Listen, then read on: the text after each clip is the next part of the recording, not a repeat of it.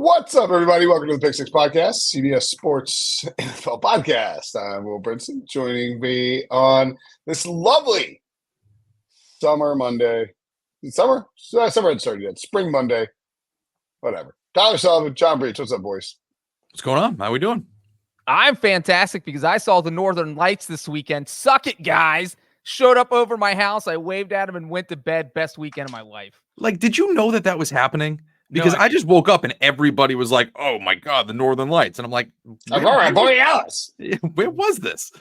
I went outside. I got a text from my family, and they're like, "Oh, they're here in Cincinnati." And so we walk out in the back, and you could just, I mean, you can't even describe what it looks like unless you saw them. It's something you probably, unless you travel up to Northern Alaska or Finland or Sweden or whatever, most people probably won't see them in their lifetime. So it was definitely an interesting experience. I feel more enlightened.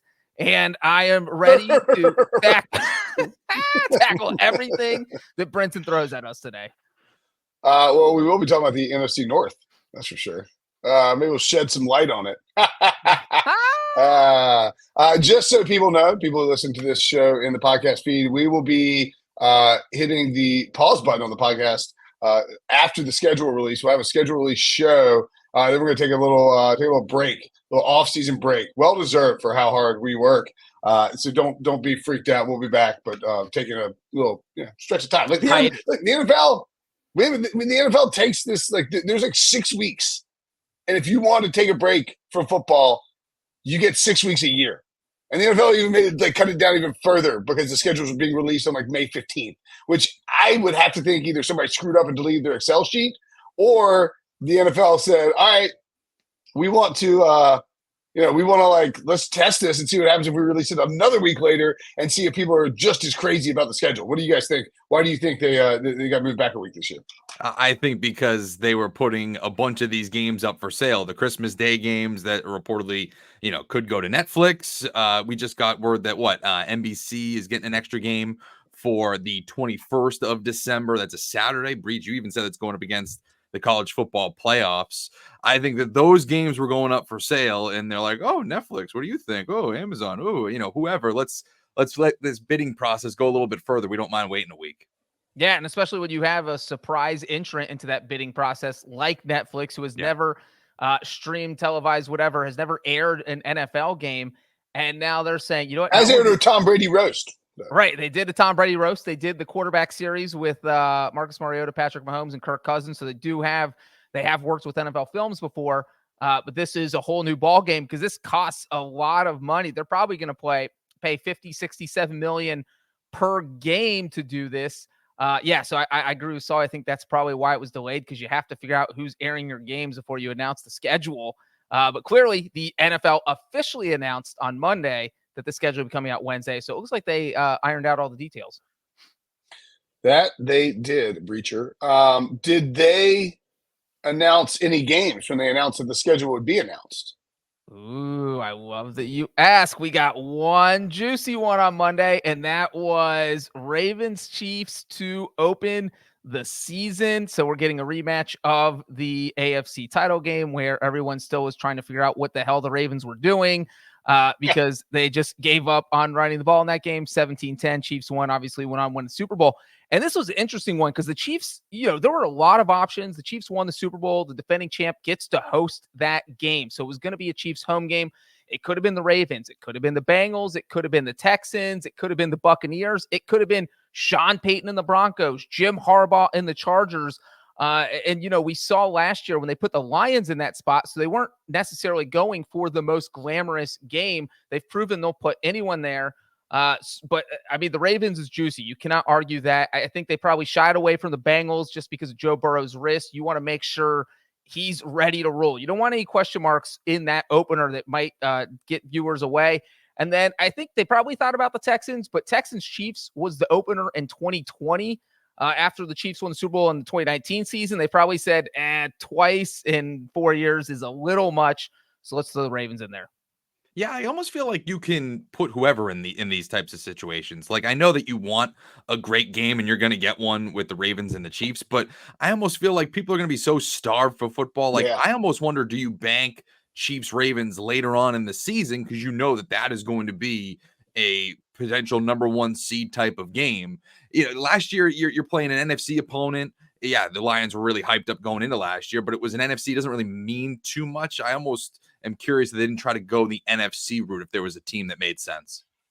I would tell you that you can expect to see if Ravens Chiefs is Thursday to open the season on NBC, I would expect to see a lot of the Chiefs in that 4:00 slot on CBS during that regular season. Oh, yeah. If the NFL is taking away Ravens Chiefs from CBS, you can anticipate that we'll see plenty of the Chiefs on those CBS games. Will end up like I don't know how many. Well, I guess my point is I don't know exactly how many Chiefs games of there's still 16 remaining, right? Chiefs Bengals, Chiefs Bills, Chiefs 49ers with the Super Bowl rematch, Chiefs Texans, and then obviously all those divisional games. So I'm sure they will make up for it because the Chiefs' entire schedule is pretty juicy. So they're all. And that's what I'm saying is like I think that maybe there won't be a ton of the Chiefs on Sunday Night Football because the Chiefs are getting that open. It's like you just have this back-to-back years now where the Chiefs are the opener.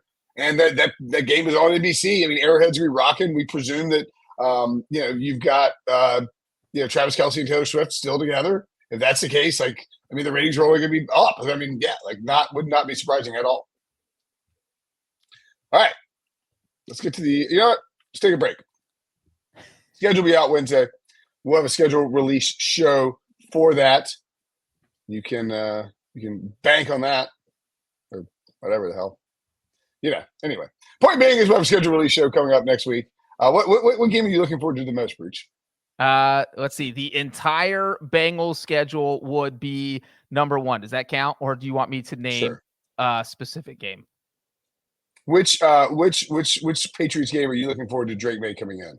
It's got to be week 1 to see if he's the starter. But whatever the week 5 game is, in all honesty, like if Jacoby Brissett starts the first month and then all of a sudden you see Drake May in week 5. Sure, Patriots are like 2-3 or 1-4, and nobody has any expectations of the Patriots this year, do they?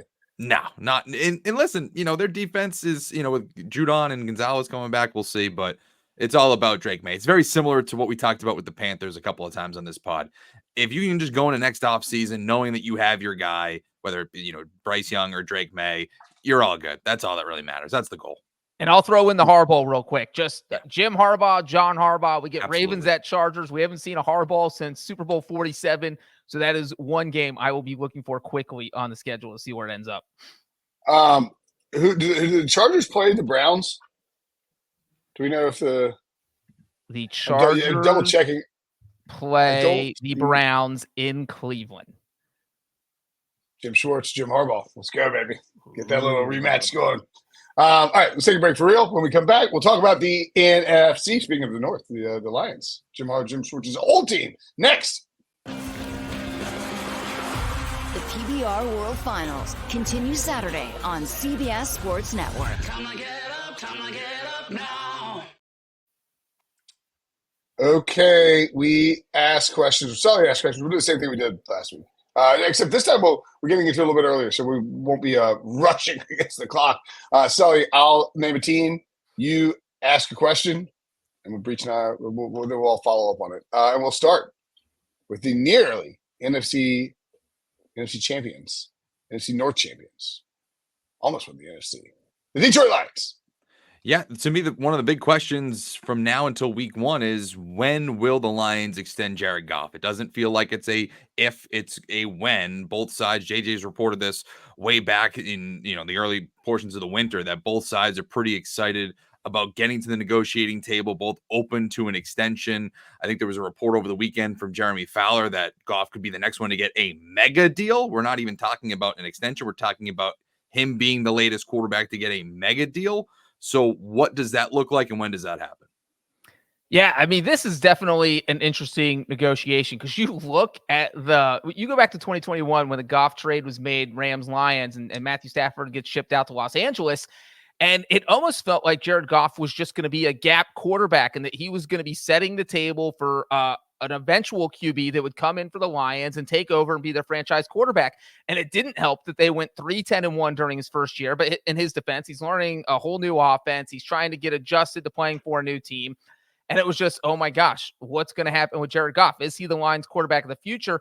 And this team has gotten progressively better. He looks much more comfortable in the offense, and he played fantastic last year.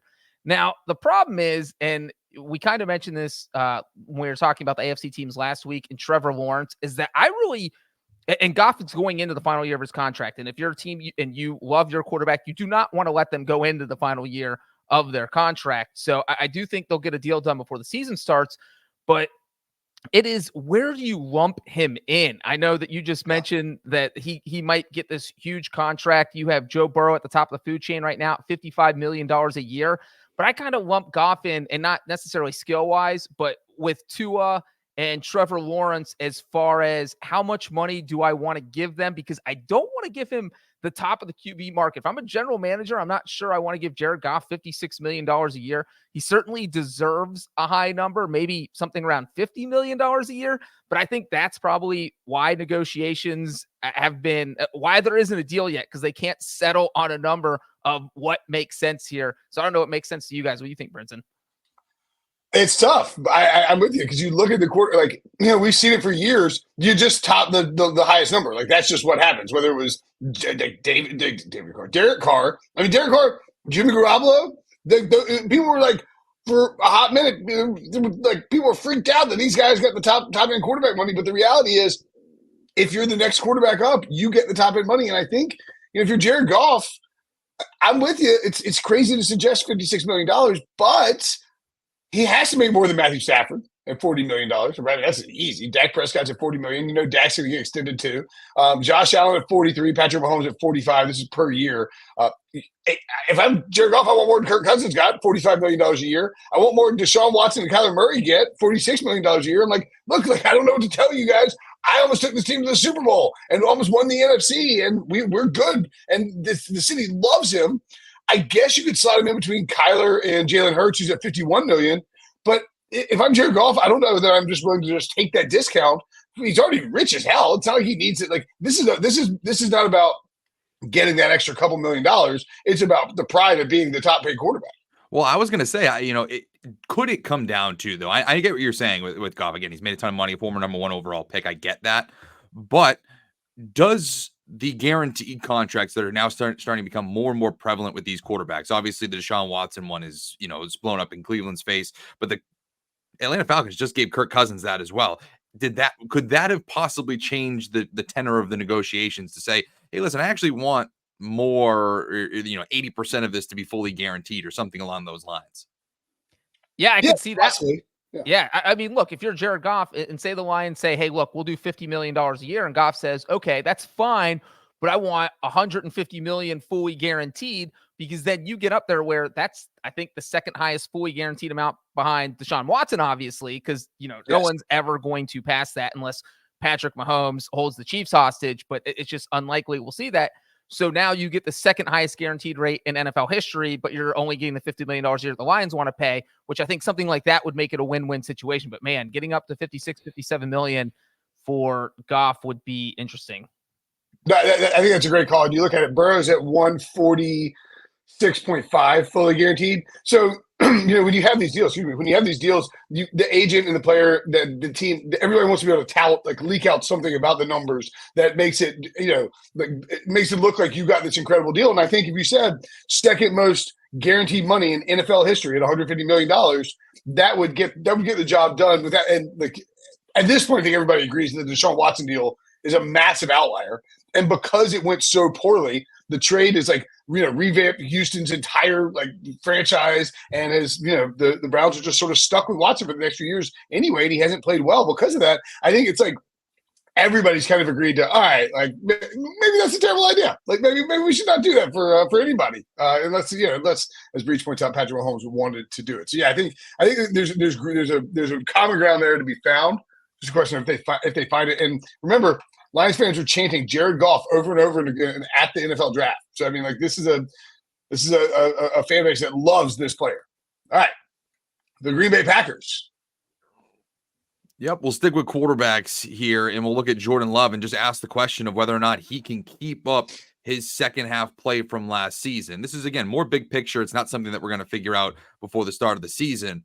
But it is something to just take note of. You look at the final 8 games of his regular season, he completed 70% of his passes, had a 112.7 passer rating, had 18 touchdowns and 1 interception. I mean, if that's who this kid is, then we're talking about, we got to look at the Packers in a much different way in 2024. So again, is he that?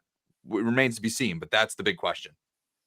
Yeah, and it's interesting with Jordan Love because I know we mentioned this at least once a month on the podcast that Packers fans were calling for him to be benched when we're getting out of Week 9. They had just lost to the Steelers. He threw 2 interceptions in that game. It was as the season was getting into November, and he just. I mean, you have no idea if he's your quarterback of the future because if you look at what Love did, go out, you beat the Bears in Week 1, had a phenomenal game, 3 touchdowns, 0 interceptions. They lost in Week 2 to the Falcons, but you could not pin that on Jordan Love. The defense just blew. I mean, that was a crazy loss, a game they should have won. They lost 25-24. Again, Jordan Love throws 3 touchdowns, 0 interceptions. So after 2 weeks, he's at 6 touchdowns, 0 interceptions, and you're thinking, my God, I mean, this is exactly what you want. He wasn't as accurate as you would have liked in those first 2 games, but he's getting his feet wet. You figure the accuracy number will get higher. You just like that he's not throwing interceptions and he's throwing touchdown passes.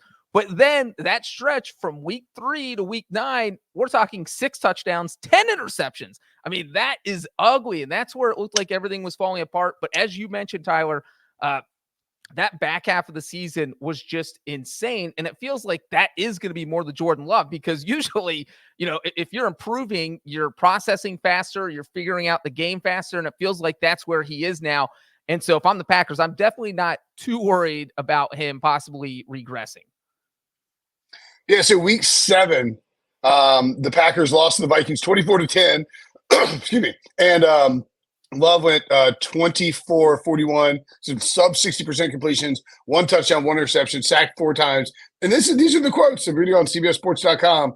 I think we've got 10 games left. Those are 10. Those are going to be very 10 very important games. There's Brian Gutekunst, the GM, and asked, I think he's done a lot of really good things, Gutekunst said. Really like the way he's responded to the adversity, how he's led the team. Again, we've got to be a better unit. I expect that to happen over the next 10 games. And I think that we're going to go through some things that we knew we would go through. We haven't had the results we want, but I do like the way that guys are responding to things. He basically threw his arms up and said, I don't know if Jordan Love is the quarterback of the future. And this is November 1st, 2023. Like, this is not that far back in the past. And now, like, I do all these offseason best ball drafts.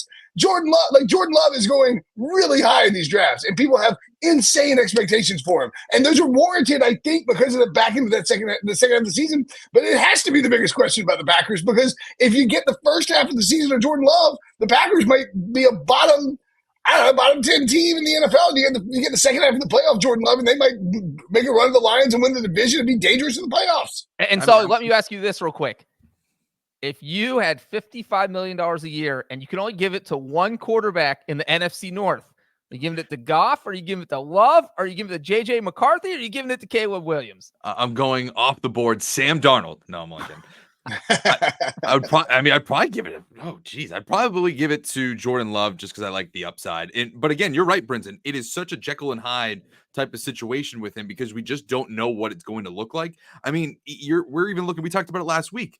Was he like 12-1 to win MVP or something along those lines? Like, that is a pretty short number for a guy that we still have questions about. Yes, he was great down the stretch, but boy, I don't know if I'm putting a 12-1 ticket on a guy where, it was a good 8 games down the stretch. 12-1 is insane.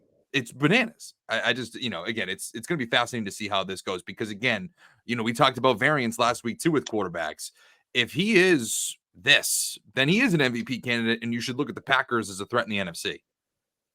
Yeah, absolutely. Yeah, I mean, the thought just popped in my head, like, if this is Jordan Love, if the second half of the season is who he's going to be for his career, and I do think there are going to be ups and downs. I mean, like, all quarterbacks have those, right? I mean, Patrick Mahomes and Josh Allen have ups and downs. Jordan Love had a lot of ups and downs in college. He is a high variance quarterback. He's a guy who gets real streaky, both good and bad. But if this is who he is, and that upside is legitimate, it's not insane to suggest you could get Aaron Rodgers, Jordan Love Super Bowl. That'd be awesome. That would be That Yeah, it would be big. screams bold predictions for the 2024 season by Will Brinson. Yeah, when we're previewing the season on this very podcast, that will be a bold prediction I will throw out there, I'm sure. All right, Minnesota Vikings. Yep, well, I guess we're sticking with quarterbacks in this division, but is JJ McCarthy going Quarterbacks to be ready matter. to start? Yeah, it's true. Is he going to be ready to start week 1, day 1? Is he your guy? And obviously, I mentioned earlier, the Vikings have Sam Darnold. That's a possibility, but you draft this guy in the top 10 in the NFL draft for a reason. Is he your guy going forward? Is he capable of doing that out of the gate? I feel like the Vikings spent this offseason setting up their roster so that a rookie quarterback could take over. I mean, that's why you bring in someone like Aaron Jones. You bring in an established running back who can take a lot of pressure off your young quarterback. You already have the offensive line. We know the Vikings have a very good offensive line. That's one place where you don't want to have question marks. You have somebody like Christian Darrisaw at left tackle. That's a great left tackle to have if you want to throw a rookie quarterback in there. And obviously, you have Jordan Addison. You have Justin Jefferson. You have a great receiving core there. And obviously, Kevin O'Connell is giving himself options. If J.J. McCarthy doesn't look like he's ready, boom, you throw Sam Darnold in there. Sully's favorite player. I'm surprised you're not wearing your Sam Darnold Vikings jersey, Sully. But if I was betting on this, I would probably bet that McCarthy's starting week 1. Yeah, I think McCarthy starts week 1. I think I think Sam Darnold, maybe got a bad rap just because of, having to play with the Jets, having to play with the bad Panthers team, and then, the expectations of where he's picked. I think he's an absolute candidate to have like a late career sort of resurgence, maybe whether it's Minnesota or somewhere else. Having said that, if they don't start J.J. McCarthy, I'd be pretty shocked. I mean, J.J. McCarthy's a guy who we expect or led to believe has a really high floor, right? And as a result, you would think that it's somebody you put in from week 1. So I would think McCarthy starts, but I wouldn't be entirely shocked if Darnold got the nod. Well, I'll ask you this because obviously the schedule's coming out later this week. And does that at all dictate, you think, how teams may look at this? If they just have the first month or 2 weeks where it's oh wow, I don't have the schedule in front of me, but let's just say, okay, that's 2 of the top 5 toughest defenses in the first month. Do you just let Sam Darnold kind of take those lumps early? I'm curious to see how. I feel like we talk about that, and if we're talking about it, it does probably mean that the teams at least have thought about it. But at the same time, I also feel like you don't ever see teams really make use of that. You see these stretches where it's like, all right, you got 4 weeks, an early bye. Why would you throw J.J. McCarthy out there against these teams, and teams just don't bother doing that? With the taking him with the top 10 pick, it feels like he'll start week 1. But I mean, Darnold could beat him out. Did you see that video clip that went viral of McCarthy throwing a pass to Josh McCown? Not great. He missed McCown from 5 feet away. You're an NFL quarterback now, buddy. All right, Chicago Bears. Another big picture question for the NFC North team, but just can they make a playoff push? Because I've really liked what they did leading up to drafting Caleb Williams, what they did in free agency and all of that. And obviously, even at the draft, drafting Rome Odunze later on in the first round. Is this team capable enough to make a push in year 1 with Caleb Williams in a similar fashion to what we saw with Houston last year with CJ Stroud? Yeah, I think that's an interesting question. And look, you are moving on from Justin Fields to Caleb Williams. Here's one thing about Justin Fields. There were 7 games last season where he threw at least 1 interception. The Bears went 1-6 in those games. So if you just kind of tell Caleb Williams, hey, look, let's watch a film from those games. Justin was struggling. There was a couple where games where his completion percentage was either 50% or under 50%. That's not ideal. And so if you make smart throws, don't turn the ball over, we have a pretty solid roster because besides that 1-6 mark, we're talking about a team that went 7-10. We've already talked about how this is one of the most loaded rosters that a number 1 overall pick has ever gone to. I mean, you have Keenan Allen, you have DJ Moore, you have Cole Kmet, and then you look at the fact that this team went 7-10 last season and had 6 losses by 1 score. If they had just gone 2-4 in those games instead of 0-6, that's 9-8. You're not asking, hey, let's completely flip it and make it 5-1 or 6-0, just 2-4, and they would have finished with a winning record. So I think that this team absolutely can compete for a playoff spot as soon as this year, Caleb's rookie year. Yeah, I mean, we had those 2 games against Denver and Washington. They went 1-1. I mean, people forget the Bears did start 1-5. Like, I don't know. I feel like the Bears hype and the Justin Fields hype for back-to-back years and it's happening this year with Caleb Williams too. Like, it's getting run out a little further than it probably should. As in, the Bears are being treated as a possible playoff team. You mentioned the 1-5 start, and then 4 games Justin Fields was out. Tyson Bagent went 2-2. Right. That's right. Exactly. So like, it wasn't like a Justin Fields is just doing it all sort of thing. You know what I mean? I mean, it was definitely. I'm trying to see what the if we have the actual numbers for make or miss playoffs. Like, what would you guys handicap it as? I'm looking on DraftKings here to see what the NFL make miss playoffs are. What would you handicap? If you were betting on on a team to make the playoffs, and I give you Bears and Vikings, what would you set the numbers at for those 2 teams? I think if it's Bears plus 230, I mean, this division's playing the NFC West and the AFC South.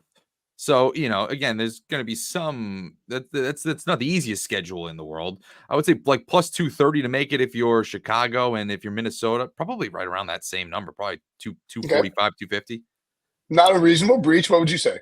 I'll say Bears plus 210, Vikings plus 275. What if I told you the Bears, yes, to make the playoffs was minus 125? What? Yeah. I wouldn't touch that number. All right. Sure. That's what I'm saying. That is wild. And at that point, you just bet Caleb Williams to win Rookie of the Year. That's got to be plus money still at this point, right? Or at least it could be better odds than that. It is currently plus 175. Yeah. Right. If he leads them to the playoffs, he wins that award. Yeah, that's a good call. I was actually Minnesota, by the way, plus 290 to make the playoffs, which I think that those markets are wildly askew in terms of those numbers for those teams. The win totals, and I mean, for me, the schedule matters a ton for the win totals. Like, I'm a little. I mean, I'm glad. It's great that they're already out there. I don't think you could reasonably bet win totals until you know what the schedule is. But we have the Minnesota Vikings over 6.5 minus 150.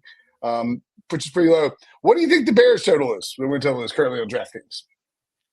I mean, if it's to make the playoffs, is it like a 9.5? 7.5. 8.5 minus 150 over. That is wild. The Bears are heavily favored to win at least 9 games and make the playoffs. I mean, this is what I'm talking about. It is happening again this year. The Bears are getting a lot of hype before the season. Is it too much hype? I think it's too much hype. I would be selling right now. Caleb Williams would be awesome. He could also struggle as a rookie. Like, we've seen lots of awesome quarterbacks struggle as rookies in the NFL. I think I would much rather take the Vikings at their number than Chicago at their number. I would just rather take the Bears plus 105 to miss the playoffs. Yes, of course, yeah. Yeah, or like, yeah. I mean, I'm with you. Like, I think the Vikings number is a lot more value. I wouldn't be surprised if neither. Again, like, we just talked about Detroit and Green Bay. It's good teams. If Jordan Love is good, then good luck, Bears.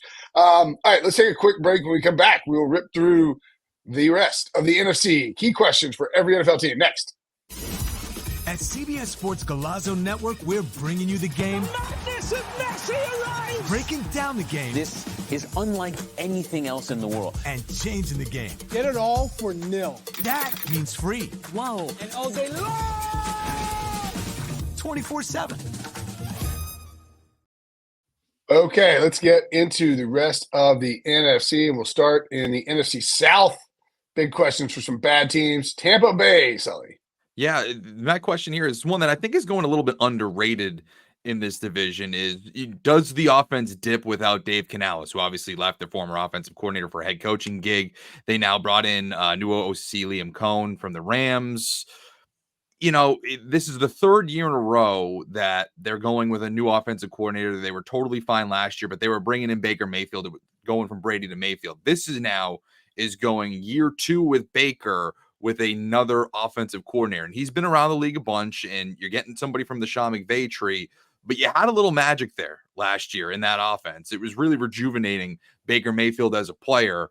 and clearly they wanted to bring him back. But I have a little bit of those concerns of, does this offense at all go through some speed bumps with a new leader?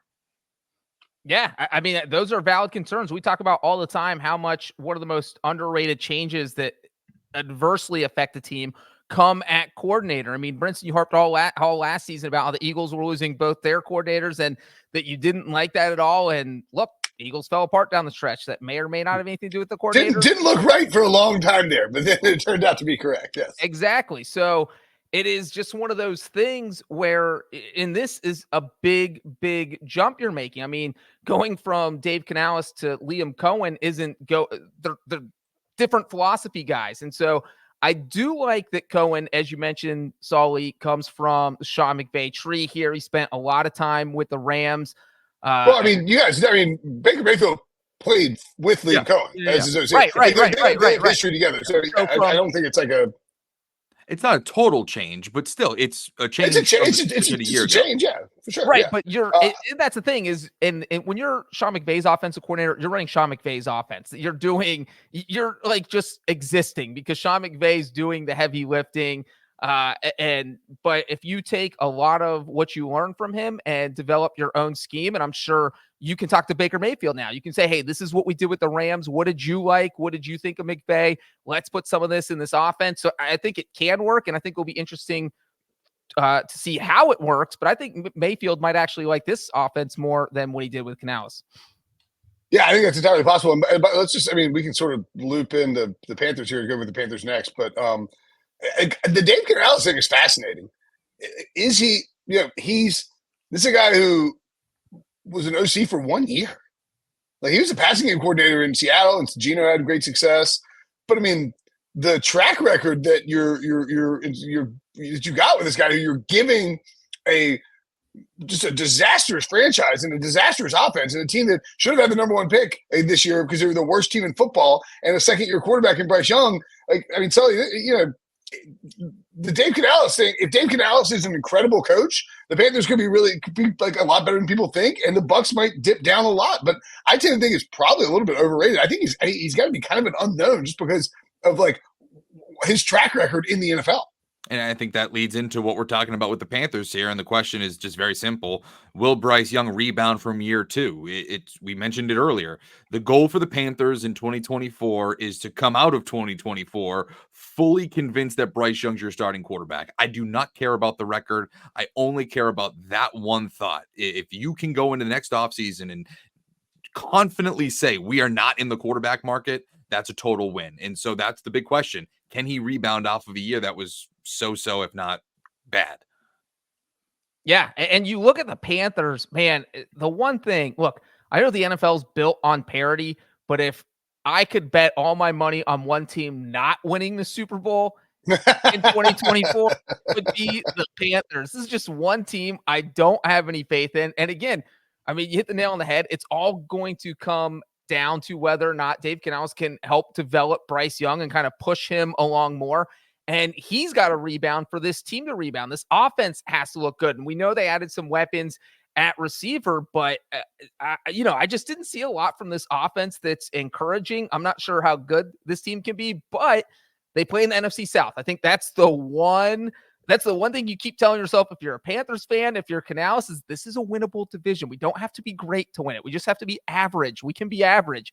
So, yeah, I do think it's be interesting to see what the Panthers do. What do you think the Panthers' odds are to make the playoffs? Oh, that's got to be it's not 15 to 1, 20 to 1. No, not that high. Not that high. Plus 350. 8 to 1. Oh, that's the second highest number amongst every team in the NFL. Can you guess who's the only team that's higher? What team is really, really, really, really, really bad? Patriots? That is correct. It is the Patriots. Patriots are plus 950. I was enjoying Sully's like thinking. Broncos are the third highest, I think. I was sitting there staring at Sully's banners in the background. I was trying to say anything. Sully's like, where are we gone? It's like world time. Yeah, I know. Oh, no. Worse. the lowest expectations of any team in the NFL. Congratulations, Patriots. Yeah, I mean, look, it's to me, it is a little early to write off Bryce Young completely.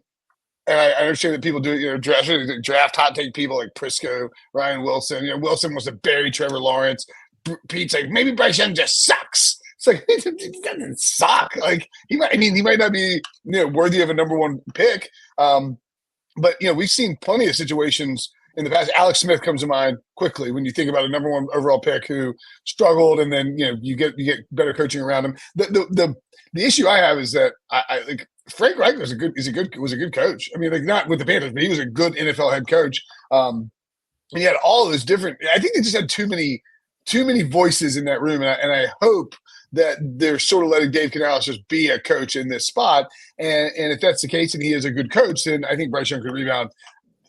Totally up in the air as to whether or not Bryce Young will be a good NFL player, but I think it's way too early to write him off. The New Orleans Saints. Yeah, this one's a specific player, and it's very simple. Does Ryan Ramczyk ever play again? Because it feels like the answer to that is no. He's obviously coming off of another knee surgery, and even back in March, Dennis Allen said, and I have the quote in front of me, Ramczyk isn't quite where I was probably hoping he'd be, which is not what you want to hear your head coach say about a player who's already has so much injury history. So I do wonder if we get to training camp and we're hearing about a possible retirement. Yeah, I don't think that will be surprising at all. And that's huge because you're talking about a guy who, I mean, has basically been entrenched as a starter since his rookie year. He's been with the Saints for 7 seasons. And now if you're the Saints, you're on the lookout for you need a new right tackle, and you already watched a season where your quarterback kind of had the jitters. We saw Derek Carr struggles anytime he gets under pressure. And when you're trying to break in a new right tackle, that is not what you want at all. So, yeah, I mean, it's a sad situation with what he's dealing with. And I mean, by all accounts, it seems like he probably will not play in 2024 and may not play again. So this is a rough one for Ramczyk and the Saints. Yeah, I mean, and I think it's a great point. By the way, remember that 2017 draft, they had two first-round picks. They came out of it with Marshawn Lattimore. They grabbed Ryan Ramczyk in the first round. They grabbed Alvin Kamara in the third round. They picked up Marcus Williams in the 4th or 5th round, I think. They just had an incredible draft. They'd gone 7-9, 3 straight years. Brinson, they took Trey Hendrickson in that draft, who is now on the Bengals, crushing people. I mean, that was an insane draft. It's one of the all-time great drafts, and it immediately flipped that franchise around. Like Sean Payton and the way that the Sean Payton and the Drew Brees run ended, where they've had these just broken, like heart-ripping losses in the playoffs. Like they made all these deep runs because of that 2017 draft class. They'd gone 7-9, 3 straight years. They were a bad football team. They were just Drew Brees was piling up stats, and they weren't winning a ton of games. Ramczyk was part of that, and I really don't think you can overstate how important it is that they hit on Talisi Fuiaga, because Trevor Penning ain't it. And if they're going to move him to right tackle, you would assume that is a lot of question marks at the tackle position for a quarterback, as Breech points out, that gets like a little dicey when the pressure gets cranked up. All right, and you mentioned the close playoff losses of the 2017 class. You had an overtime loss to the Vikings. You had the pass interference no call against the Rams NFC title game, and then the Minneapolis Miracle, all happening in consecutive seasons. I mean, that is insane. How are Saints fans? When you have multiple consecutive playoff losses that have like famous nicknames, like the Minneapolis Miracle, and then followed by the pass interference play. I mean, the 1 year where pass interference is reviewable and they don't anyway. Atlanta Falcons, Sully. I mean, pretty obvious here, right? Yeah, will the Cousins Penix saga ruin their season? I mean, we know day 1 of training camp, the question is going to be who had a better day, Penix or Cousins? It's the only question that's going to be asked, and it's going to be asked every single day throughout camp. And then when you get to the end of camp, someone's going to say Penix had a better camp than Cousins. Someone's going to write the article that says he should be the week 1 starter, and it's just going to be a theme throughout the year. Is this organization with a new head coach able to handle that type of volatile situation, or do they crumble? And you know what's going to make that worse is when they play a team like the Steelers in week 1 and TJ Watt sacks Kirk Cousins 5 times Cousins throws 3 interceptions, and everybody's like, well, if Penix would have been out there, we could have won that game. And so anytime Cousins plays, I assume Cousins is going to be the week 1 starter because that's all the Falcons have said. And so anytime he struggles at any point, everybody's going to be calling for Penix. So you are just you're brewing the controversy yourself. It's really insane what the Falcons are doing. And they play so many teams that have they face the Raiders and Max Crosby. They face the Chargers and Joey Bosa and Khalil Mack. And so you're just facing all these teams that could just destroy Kirk Cousins, and you're going to have fans screaming for Penix. So this is just we've already said this is a bizarre situation, and the more you think about it, the more you talk about it, it just gets more bizarre. Yeah, look, I mean, if the real concern too is like, what if Cousins isn't ready by training camp and Penix looks awesome? I mean, could you let it be the expensive, the really, really, really, really, really, really expensive version of Matt Flynn and Russell Wilson, where you say, all right, we invested a first-round pick in this guy, and Kirk is our starter, but Penix looks better. And if you go that route, you can't. It's hard to walk it back. Just because, I don't feel bad for Kirk Cousins, but I do feel a little bad for him just because it's like he would have stayed in Minnesota. Hey, let's stay in Minnesota. Let Minnesota draft a quarterback and just play for Minnesota, and then do the same thing somewhere else. I think, or at least would have explored other opportunities. It's going to be interesting to see how it all plays out. I'm fascinated by this saga as well. All right, the NFC West, defending NFC champion, San Francisco 49ers. Yeah, I still wonder about this team and whether or not they're going to trade a wide receiver, whether it's Deebo Samuel or Brandon Ayuk. Both those names were floated out a bunch throughout draft weekend. None of the deals ended up coming to fruition. But when we get to training camp, and this is, sometimes when these things, contract negotiations start to happen, people are checking in with agents, and does this kind of bubble up any bad blood if no one on either side can get deals done with Samuel or Ayuk? And does that trigger a little bit more of a, possibility of a trade, or just go down the other route? If some stud wide receiver somewhere else gets hurt, does that all of a sudden up the trade value for Brandon Ayuk? One of these teams are willing to pay over the moon to get one of these wide receivers. I'm just fascinated to see if we still get to week 1 and both of these guys are still on the roster. Well, I think that Kyle Shanahan kind of has that wandering eye, and he's always trying to improve his roster. And look, we saw it with Jimmy Garoppolo. He was winning games. He couldn't stay healthy, and Shanahan's thinking we need to get a quarterback in here who can win games but stay healthy. And so if you get to training camp and Shanahan's thinking, my God, Ricky Pearsall is awesome, and he just picked up the offense instantly, has a connection with Brock Purdy, I think at that point that Ayuk or Samuel becomes expendable. So maybe you were looking to trade them in the draft. Now that you have a legit receiver in Pearsall, you feel comfortable trading them. So yeah, I don't think it would be too crazy if one of them got traded in training camp. But at this point, why not wait and see what Ricky Pearsall can do and see how comfortable you are with your receiving room before you make that deal. So I don't think it would make sense to do it before, say, August. Well, I mean, let's not forget too that this is a team that is very much in their Super Bowl window. And Super Bowl windows, I mean, even in New England, man, they're finite. It can't go on forever. And even, maybe Kansas City can go on forever. But the way that the 49ers are constructed, it's not your normal Super Bowl window because you don't have a Patrick Mahomes. You don't have a Patrick Mahomes. You don't have a Josh Allen. This is the roster is great. It's an incredible roster. It's a really talented roster, tremendous roster. But they also have the issues of Trent Williams, who's one of the best players in the NFL, the best tackle in the NFL. He's getting older. You have Ayuk and Samuel. You're not going to have both those guys on the roster forever. Christian McCaffrey has been incredibly healthy with the 49ers. He wasn't. I think they do a good job with his usage, so I think he'll be fine. But Brock Purdy's going to get a big contract. So the window for this team, to me, it's like, all right, we would have liked to trade one of those guys. Purdy's eligible for that contract after the season, after 2025. Right. So to me, it's like you ride out Ayuk and Samuel this season and just figure out what happens. And if for some reason they're causing issues with the locker room, which I don't think they would, Deebo is a beloved guy in that locker room. Ayuk did have the stuff before his rookie season. He and Trey Sermon got put in the doghouse, but I mean, other than that, he's been fantastic. And so I think they probably ride it out, given where we are at this point of the season. But I mean, certainly if Ricky Pearsall looks awesome, it wouldn't be that shocking if they made a move. The Rams. Yeah, this one's kind of an impossible question because I don't think that you can actually truly answer it. But how does Los Angeles try to replace the production of Aaron Donald? Obviously, used a ton of capital at the NFL draft to get pass rushers like Jared Verse in the first round and also drafted defensive tackle in the second. It's just, you're replacing a generational player in Aaron Donald. And it's going to be curious to see how this defense changes and how they try to replace him.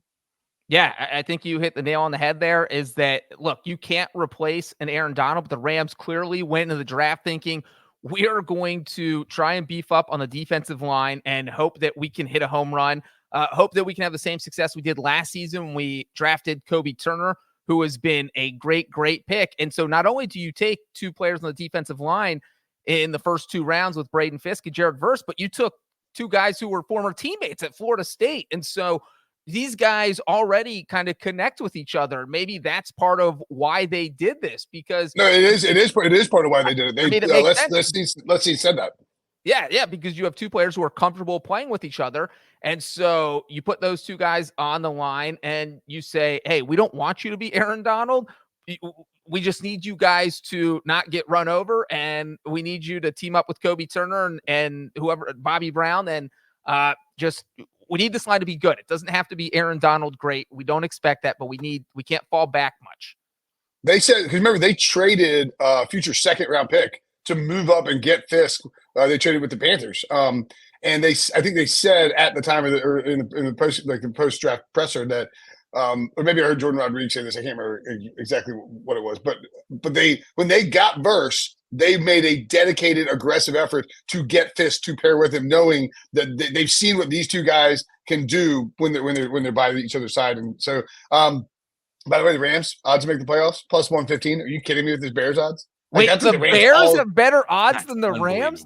I'm thinking about picking the Rams to win the division, and I think about picking the Rams to win the Super Bowl. Get out of here with this. Yeah, Rams plus money to make the playoffs is a pretty good look. I mean, Sean McVay's had 1 bad season, and everybody got hurt that year. So I wouldn't be opposed to that. Seattle Seahawks, Sully. Yeah, this one's more positions specific, and it's just how does their linebacker position shake out? They lost Jordan Brooks and Bobby Wagner in free agency. They did draft the linebacker out of UTEP Knight in the 4th round. So it's just, again, it's nitpicky here. I didn't want to just go like, is Geno Smith going to recreate his magic from a year ago? I just felt like that was a little boring. So how does the linebacker position kind of shake out with Jerome Baker and Dodson? Yeah, I think this is a good question. And fortunately, the Seahawks have the perfect person to answer it in Mike McDonald, because before he was hired, what did he do in Baltimore? He helped coach the linebackers and he was defensive coordinator and just did a lot of everything. So I think if you have a guy and you give him this issue, this is an issue he can, he'll know what to do with. And you look at their linebackers, not the ones you mentioned specifically, but Boy Mafe, 9 sacks last season, huge year. They're going to get Uchenna Nwosu, tore his pec halfway through the season, end up missing multiple games to end the year. They'll have him back if he's at full strength. Those 2 are very, very good. And obviously they went out and did a lot in free agency with Jerome Baker and Tyrell Dodson. And so I feel like those will probably be penciled in as your starters. But, man, I have to think that the Seahawks really liked Tyrese Knight, because from what I saw, he was maybe 5th or 6th round projection. They ended up taking him very early in the 4th round. And so if they like you, that usually means the head coach wants to get you on the field as soon as possible. So I wouldn't be surprised if he ends up playing one of those inside linebacker spots instead of Baker or Dodson. Yeah, this is I did a lot of pre-draft radio with like in Seattle, because they wanted to talk about Peyton Wilson, because they were asking about linebackers, and they think it's a concern there. I think this really kind of undersold. Like, everybody's hyped on Mike McDonald. I think people are excited for him. He did a great job as a defensive coordinator. Comes from the Harbaugh coaching tree, which I think generally you feel comfortable with.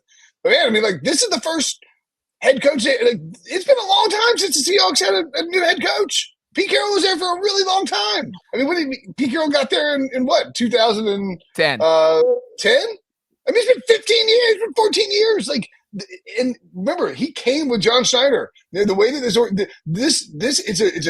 it's really intriguing, I think, to wonder what this defense will look like, what the franchise will look like under a different head coach, and if like Mike McDonald sort of carries on the same sort of core beliefs. I just think it's being undersold how long it's been since like Pete Carroll's been there. He has been there for he was the second longest tenured head coach behind Belichick, right? And both gone in the and he went to the playoffs in 9 of 13 seasons. So I do feel like that puts a little pressure on you when you're taking over. Yeah, like that. And especially even with teams where it's like, oh, all right, but what is Pete doing? This offense doesn't have enough to cook. Like, he took questionable teams in the postseason. The Arizona Cardinals, Sully. Yeah, how quickly Kyler Murray and Marvin Harrison can build up chemistry. I think that's going to be, one of those things you talk about where you're going to see these clips throughout training camp and OTAs where Marvin Harrison makes a sick catch, and it's like our Fantasy Football Today Twitter account's going to be like, here comes Marvin Harrison's stock. It's going up. But for the Arizona Cardinals to be competitive in 2024 and be feisty in that division is whether or not he can get on the same page pretty much on day one with Kyler Murray, because they didn't have a lot. They really revamped their wide receiver room a ton over the last couple of years. Obviously, getting rid of Hollywood Brown this year, letting him go in free agency, certainly trading DeAndre Hopkins a few years ago. Yeah, absolutely. So if Marvin Harrison Jr. can kind of show up on day one, I think that's huge for them. If not, that they could struggle. Yeah, I feel like they're going to pick up the chemistry quickly because Kyler Murray is going to get out there and be like, who the hell else am I supposed to throw the ball to? Michael Wilson, rookie year, but Greg Dortch. I mean, no, they're not bad, but you need a de facto number one guy, and I feel like that has to be Marvin Harrison. The Cardinals, you select someone 4th overall, you are expecting them to walk in there and be the best by far receiver on your roster. They just added Zay Jones, so they do have some weapons, but I do think that Kyler Murray knows that it's important for them to get this quick chemistry because that is going to be what makes this offense go. So I'll say it happens quickly, but man, who knows? I think the Cardinals are I think if there's a team that we're sleeping on a little bit in the NFC, it's the Arizona Cardinals. Now, I don't know that they're going to be like great or anything, but Drew Petzing did some nice stuff on offense last year. You add Marvin Harrison, like Kyler came back and played well. They were competitive when Kyler came back. And I mean, I was wrong about it. I thought they were going to tank and get rid of Kyler because I thought a new head coach, a new GM would want to do that. Trey Benson, nice little pickup in terms of the running back position. If Harrison is a generational prospect, and why can't he be? His freaking dad's in the Hall of Fame, and we've seen what he can do at Ohio State. He can come in and be like incredible from day one, and the Cardinals could just be a problem on offense. Defensively, I think they got a little bit better. This is a team. I mean, I wouldn't want to bet them to make the playoffs. I think they're like are they minus 150 like the Bears? Plus 300. Oh, that's kind of what? That's right up your alley. Sneaky. They they clowned on. We all did. We all clowned on Jonathan Gannon when he got hired because he was kind of weird. He was giving off like Nick Sirianni intro presser vibes. Just it wasn't a great first impression, but it seemed like they actually played for him too. Like it did not. He felt like he had they did not quit. They did not quit.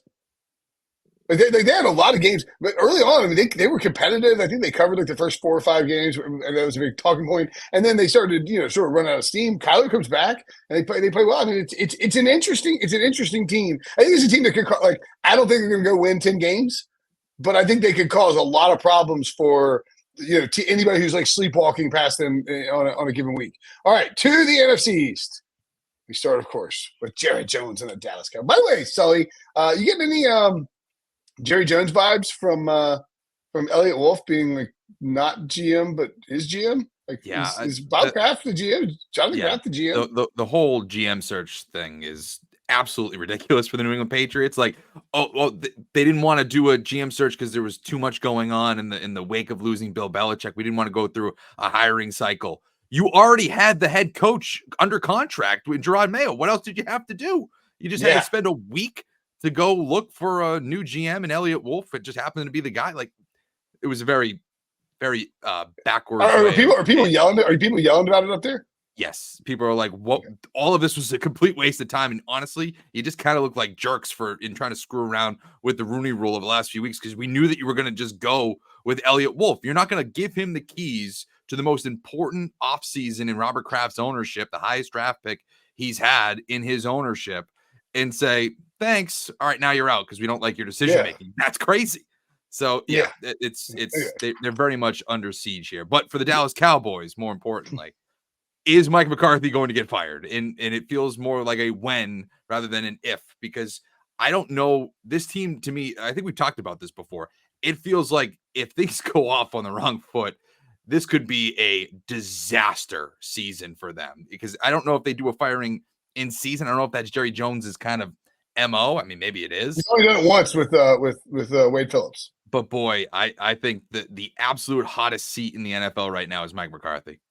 I mean, it feels like if he doesn't get to the NFC title game that he is done, which is, I mean, you have to be one of the final 4 teams left standing just to keep your job. And it's not going to be an easy schedule. And you look at the teams they play, specifically the Houston Texans. How mad will Jerry be if he loses the Battle of Texas to a second-year quarterback? And now you're the second biggest team in Texas because you can't even beat the Texans. They play every team in the AFC North. All 4 of those games will be tough. They play the 49ers. They could get blown out in that game. And so, I mean, I'll be shocked if Mike McCarthy is their coach in 2025. I think, too, if you're going to pick a coach who's getting the rawest deal on the Bill Belichick publicity tour, it's got to be Mike McCarthy, right? Because Jerry Jones. I assume Jerry Jones. Would somebody like Jerry Jones watch that roast to Tom Brady? I assume so. I mean, Bob Kraft was there. If you're paying attention to the media, NFL media at all this offseason, and again, Belichick's gonna be on every single Manning cast on Monday Night Football. He's gonna be doing multiple. He's gonna be out there.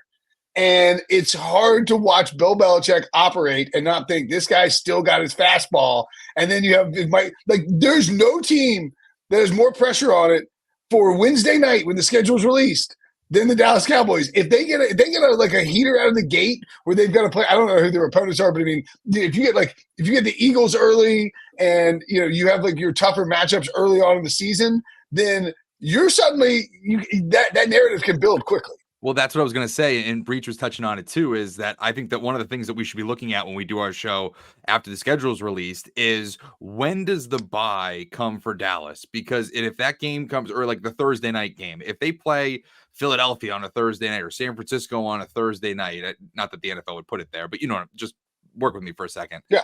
Those are usually the windows where you fire a head coach in a bye week or after a Thursday night game where there's a little bit of an extended mini bye of sorts. If all of a sudden there's a tough stretch leading into a bye or leading into a Thursday game, that could be the pinpoint where we say, oh boy, Mike McCarthy, you better have a winning record going into that game.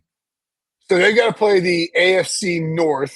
So they got the Ravens and the Bengals at home, Browns and the Steelers on the road. They've also got the 49er, the AFC South, or the NFC South, excuse me, on the schedule, but they also have the 49ers at the 49ers, and they have the Lions at home as well by virtue of winning their division. So if your first 4 games are Eagles, Bengals, Lions, 49ers, I mean, the Cowboys are going to be a tough out. Cowboys are a good team. They won 12 games, or 13 games, 12 or 13 games back to back to back, whatever it is, under Mike McCarthy. He's done a really good job coaching this team. The expectations are just different. And there's just a lot in place between the lame duck contracts, Belichick out there, Dak's in his final year of his deal, and Jerry says we're all in. And I really think when he said that, everyone took it as the Cowboys are going to go and spend tons of money and get crazy with the draft and really shove in. No, what he meant was we've got what we've got, and we would like to win everything in 2024. Otherwise, there will be changes, which is it's crazy because they've won a bunch of games, but is the Dallas Cowboys. They're a unique franchise. The Philadelphia Eagles. Yeah, they had a great draft again, I thought, and one of the keys to that draft was that they drafted 2 probably starting caliber, whether or not Cooper DeJean's a cornerback or a safety remains to be seen, but let's look at them both as corners. Quinyon Mitchell and Cooper DeJean. Are those guys ready to step up on day one and be contributors? Because Darius Slay and James Bradbury are both long in the tooth, and Bradbury's coming off not a great year in 2023. So are those 2 rookies able to have an impact on day one? Yeah, you don't bring those 2 in unless you're planning on putting them on the field as quickly as possible. So maybe if there's a learning curve, you let the veterans start the season and then get Cooper and Quinyon in there. But man, you look at what Philly did last year, and just what they did against the pass. They have the second most passing yards. The secondary couldn't stop anything, and that is why you draft 2 defensive backs with your first 2 picks. So I will not be surprised at all if Quenya Mitchell is out there as a starter in week 1. And James Bradberry, as you said, Sully, he struggled. And if you really like Quenya Mitchell and he looks good in training camp, maybe James Bradberry becomes a trade candidate and you just ship him off and say, all right, Quenya, the job is yours. We're not even going to think about this. But then, like with Cooper DeJean, I think it's a little different because you don't know where he's going to play, and you kind of got to get that figured out before you make him a starter. So I would say Mitchell, definite starter, and DeJean, they just figured out where they can put him, and maybe he's starting week 1. Yeah, a fascinating zag by Howie Roseman in the draft too, because you've seen he always takes big bodies, usually takes SEC guys, and then goes and gets 2 cornerbacks with the early picks. I think widely praised for it because you got the value there. But cornerback is the sneaky, tough rookie position. They're all tough because you're learning to play at the NFL level. But, you see running backs come into the league and can win early, right? Linebackers, you're sort of playing downhill a little bit more. Pass rushers, you just got to just get after the quarterback. Cornerback, especially if you're matching up against some, I guess you at least have the benefit of, you've got Washington with a new rookie quarterback, and then, the Giants, which who the hell knows what's going to happen there at their quarterback position. I think, but it's a tough position to play. And if that defensive, the defensive front, you got Fletcher Cox is gone. If they don't get pressure up front, it makes it more difficult for the guys in the back end. It's not guaranteed that these guys will come in and dominate early on. The New York Giants, Sully. Yeah, you just kind of referenced it there. Is Daniel Jones on a short leash? I think that people think that, well, they did have an opportunity to draft a quarterback at number 6. J.J. McCarthy was there. Michael Penix was there. They decided to go with Malik Neighbors. Maybe that was a ringing endorsement for Daniel Jones. I just don't know if that's necessarily true. I think that they wanted to draft up to select Drake May. I mean, the reports are that they offered their 2025 first-round pick to go possibly in two number 3 with New England. Patriots didn't end up making the move. I think that, and also, you remember what Drew Lock said earlier? There were reports earlier this offseason where he said he had, they signed with the New York Giants because he said that he had an opportunity to compete for a starting job. I wonder what this situation is going to look like if he continues to struggle. Daniel Jones does. Yeah, I mean, that's a fair question. And look, I do feel like the Giants said, Brian Daboll said, all right, I came in here my first year. Daniel Jones got us to the playoffs. He's injured last year. We don't want to take the 4th quarterback. We don't love J.J. McCarthy. Let's sit here at 6. And in fairness to Daniel Jones, he's never had like a super number 1 wide receiver weapon. So let's give him that. Let's see what he can do. And then we'll have every reason to move on after 2024 if he doesn't prove he's the guy. So now you have Malik Neighbors. Now you have Darius Slayton. And now you have these receivers to throw to. We don't know if they're going to have Darren Waller. But you have someone. So I think this is it. I think this is one of those things where Daniel Jones, I don't know if Drew Lock stands to this. I think you just give the season to Daniel Jones, let him play it out, and whatever happens. If he gets injured, you have Drew Lock. If he doesn't, and he's bad, you get rid of Daniel Jones after 2024. I think this is just a prove it year for him. I've done a couple of best ball things. Obviously you draft him now, it's season long.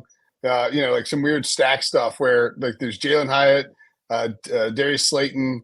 I don't ever get Neighbors, but like all these like these Giants, like sort of fringe back end guys are available late, and I'm tossing Drew Lock on with them because I think there's a chance that Drew Lock just steals the job.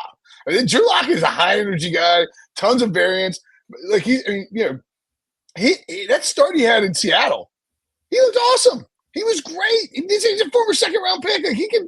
I think he can steal this job. Interestingly enough, by the way, DraftKings actually has odds for starting week 1's first snap of week 1 up here. This one was a surprise. Sam Darnold minus 155. J.J. McCarthy plus 125. So there you go, Sully. You were spot on there. Jacoby Brissett minus 250. Drake May plus 190. Daniel Jones minus 425. And Drew Lock plus 275. Russ Wilson minus 700, which is pretty wild. And then Geno Smith minus 600. Sam Howell plus 390. So, I mean, like, Drew Lock's in that range. I'm just waiting for like a direct snap to Malik Neighbors, and then first snap of the year. Like, all right, well, great. It does say QB to play first week 1 snap. Okay. So first snap. You're like, well, there we go. All right, wrap us up with the Commanders. Yep, last one, and it's the same question I had for the New England Patriots because it's just as important for their rookie quarterback is who starts at left tackle. They don't really have one right now. It's very similar to New England. As much as we want to say, is Jaden Daniels going to be ready for week one, like we were talking about with JJ McCarthy, there's other questions that need to be answered before I'm willing to go to that spot. And so you drafted Brandon Coleman in the 3rd round, but I mean, you're asking a 3rd rounder to maybe be your blindside tackle out of the gate. That's a tall ask. And you got some veterans on that roster as well, but it's not clear cut. And if I'm running an organization and I draft a quarterback that's skinny and is a little bit more, you don't know how fragile he possibly could be just because of his size in Jaden Daniels, I'm not putting him out there until I know I got at least a competent left tackle out there. Yeah, I think this is an interesting one because we saw the Commanders. They cut Charles Leno. He had been their starting left tackle really for most of the past 3 seasons, but dealing with injuries, had an injured calf last season. I think he had hip surgery in March, so I don't even think he would be healthy enough to play. He's still a free agent right now, and then when to sign him.